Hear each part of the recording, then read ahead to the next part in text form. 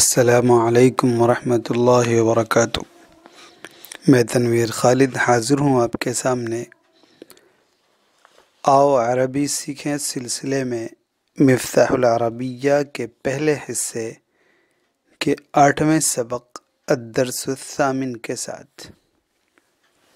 اس سبق میں جو پچھلے 2 اسباق سے بات چل رہی تھی حروف جارہ کے استعمال کی، تو یہ ناقص جملے ہوتے تھے عام طور سے۔ اب ان کو جملوں میں کیسے استعمال کیا جاتا ہے، کہاں پر ان کی جگہ ہوتی ہے، یہ بتلایا جا رہا ہے اس 8ویں سبق میں۔ تو الکتاب علی المکتبی، کتاب میز پر ہے۔ یہ الکتاب کتاب، علی پر، المکتب میز پر ہے کہاں سے آیا، تو اس کے بارے میں ہم بتا چکے ہیں آپ کو۔ یہ جملے کی ساخت جو ہے اسی کے اندر سے خود بخود ہے نکلا ہے۔ تو الکتاب علی المکتبی، کتاب میز پر ہے۔ المکتب فی الفصل، میز درسگاہ میں ہے۔ القلم فی الحقیبتی، قلم بستے میں ہے، بیگ میں ہے۔ الحقیبۃ فی الید، بیگ ہاتھ میں ہے۔ الطائر علی الشجرۃ، الطائر پرندہ، الطائر علی الشجرۃ، پرندہ درخت پر ہے۔ الشجرۃ فی الغرفۃ، پودا کمرے میں ہے۔ انا خارج من الصف، میں درسگاہ سے باہر ہوں۔ انا، میں، خارج باہر ہوں، یا میں، خرج یخرج کے معنی ہوتا ہے نکلنا، میں نکل رہا ہوں، میں نکلنے والا ہوں۔ اب لگا دیا من الصف، تو میں درجے سے نکلنے والا ہوں۔ ہوا ذاہب الی المدرسۃ، ہوا وہ، ذاہب جا رہا ہے، جانے والا ہے، الی المدرسہ مدرسے کی طرف۔ ہوا ذاہب الی المدرسۃ، وہ مدرسے کی طرف جانے والا ہے یا وہ مدرسے کی طرف جا رہا ہے۔ الرجل قادم من المسجد، مرد، آدمی مسجد سے آ رہا ہے۔ لفظی ترجمہ تو ہوگا کہ آدمی آ رہا ہے، آنے والا ہے، من المسجد، مسجد سے، لیکن لفظی ترجمہ نہیں۔ جس زبان میں آپ ترجمہ کر رہے ہیں اس میں کیسے استعمال ہے اس کے مطابق استعمال کیا جائے گا۔ کوئی ضروری نہیں ہے کہ جو لفظ جہاں پر ہے اس کا ترجمہ وہیں پر کیا جائے، نہیں، پورے جملے کا ترجمہ کرنا ہوتا ہے۔ تو عربی کا ایک اپنا الگ انداز ہے، اردو کا ایک اپنا الگ انداز ہے۔ تو جب ہم اردو میں ترجمہ کریں گے تو اردو کے انداز میں ترجمہ کریں گے۔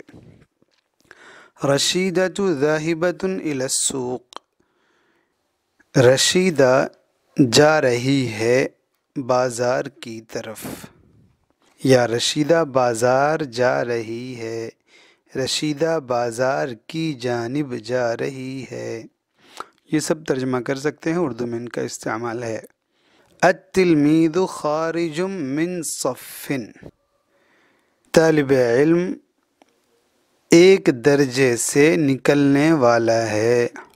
التلمیذ، طالب علم نکل رہا ہے، نکلنے والا، صفن ہے یعنی اس کے اوپر الف لام داخل نہیں ہے، اس لیے یہ بات بہت پہلے آئی تھی کہ اس کا ترجمہ ایک یا کسی کریں گے یہاں پہ مثلاً۔ تو طالب علم کسی درسگاہ سے نکل رہا ہے۔ التلمیذۃ ذاہبۃ الی صف، طالبہ ایک درجے کی طرف جا رہی ہے، طالبہ ایک درجے کی طرف جا رہی ہے۔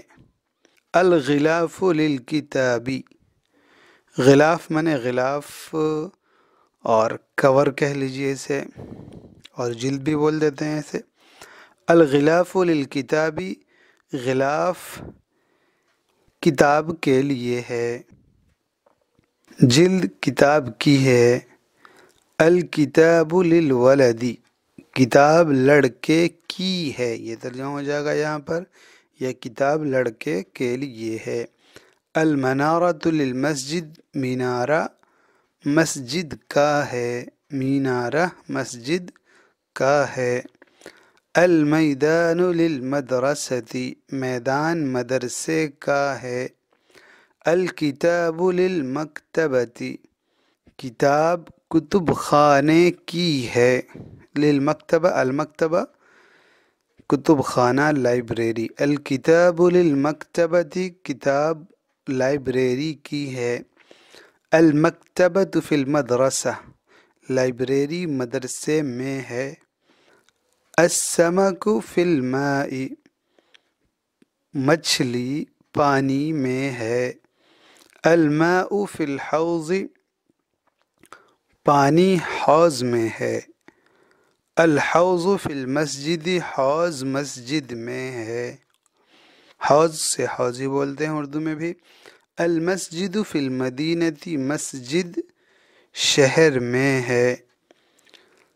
الزہرۃ فی العصیص، پھول گملے میں ہے، گملہ جس میں پھول رکھا جاتا ہے۔ الزہرۃ فی العصیص، پھول گملے میں ہے۔ العصیص علی الارض، گملہ زمین پر ہے۔ ہوا کاتب بالقلم، وہ لکھنے والا ہے قلم کے ذریعے، وہ قلم سے لکھ رہا ہے، وہ قلم کے ذریعے لکھ رہا ہے۔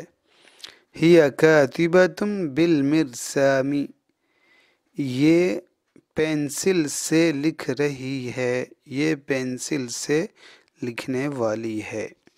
تو یہ سبق بہت آسان سا، مزیدار سا، ہم نے ایک قدم اور بڑھایا عربی تمرین میں، عربی جملے بنانے میں۔ انشاءاللہ ہم محنت کرتے رہیں گے، چلتے رہیں گے تو بہت آسان، بہت پرلطف سی کتاب بھی ہے اور بہت پرلطف سی زبان بھی ہے، بہت آسان ہوگی۔ آپ اس پر جتنی چاہے مشقیں کر سکتے ہیں۔ مثلاً ایک بات یہ ہے کہ ہم عربی الفاظ ہمیں نہ ملیں کوئی بات نہیں، ایک انداز معلوم ہوا، ہم اسی انداز پر عربی بناتے رہیں تو بھی عربی کی مشق ہوتی رہے گی۔ مثلاً الکتاب علی المکتب، ہمیں معلوم ہے کتاب کا ترجمہ کتاب، مکتب کا ترجمہ میز، تو ہمیں کہنا ہے کہ کتاب میز پر، ہم نے کہہ دیا، مثلاً اس کو ہم بدلتے ہیں تو القلم علی المکتب، قلم میز پر ہے۔ اور آگے ہم چلیں، مثلاً میز کہاں پر ہے بھائی؟ تو میز چھت پر ہے مثلاً کہہ دیں، یا میز زمین پر ہے تو المکتب علی الارض۔ یا ہمیں بہت سی چیزیں نہیں معلوم ہے، مثلاً رأسن کے معنی سر ہے، یہ معلوم ہے۔ ٹوپی کی عربی کیا آتی ہے ہمیں معلوم نہیں ہے، تو ہم کہہ سکتے ہیں الٹوپی علی الراس، ٹوپی سر پر ہے۔ مطلب یہ جملہ صحیح نہیں ہے، لیکن اعلیٰ کا استعمال ہم جان جائیں گے، کس طور پر استعمال کیا جاتا ہے یہ ہم جان سکتے ہیں۔ کٹورا کی مثلاً ہمیں عربی نہیں معلوم ہے، پیالے کی عربی نہیں معلوم ہے، پانی کی عربی معلوم ہو گئی تو ہم کہہ سکتے ہیں الماء فی الکٹورۃ، الماء فی الپیالی۔ تو اس طریقے سے ہم استعمال کرنا سیکھ جائیں، پھر آگے ہمیں الفاظ بھی معلوم ہوتے جائیں گے اور پھر ہم الفاظ یاد ہوتے جائیں گے جو مفردات ہیں، اور پھر استعمال ہم جان ہی رہے ہیں، استعمال سیکھ ہی رہے ہیں، تو بہت آسانی سے انشاءاللہ ہم عربی میں ترقی کرتے جائیں گے۔ تو ہمارے ساتھ بنے رہیں، اگلے سبق کے لیے بھی انشاءاللہ جلدی حاضر ہوں گے۔ اجازت دیں، والسلام علیکم ورحمۃ اللہ وبرکاتہ۔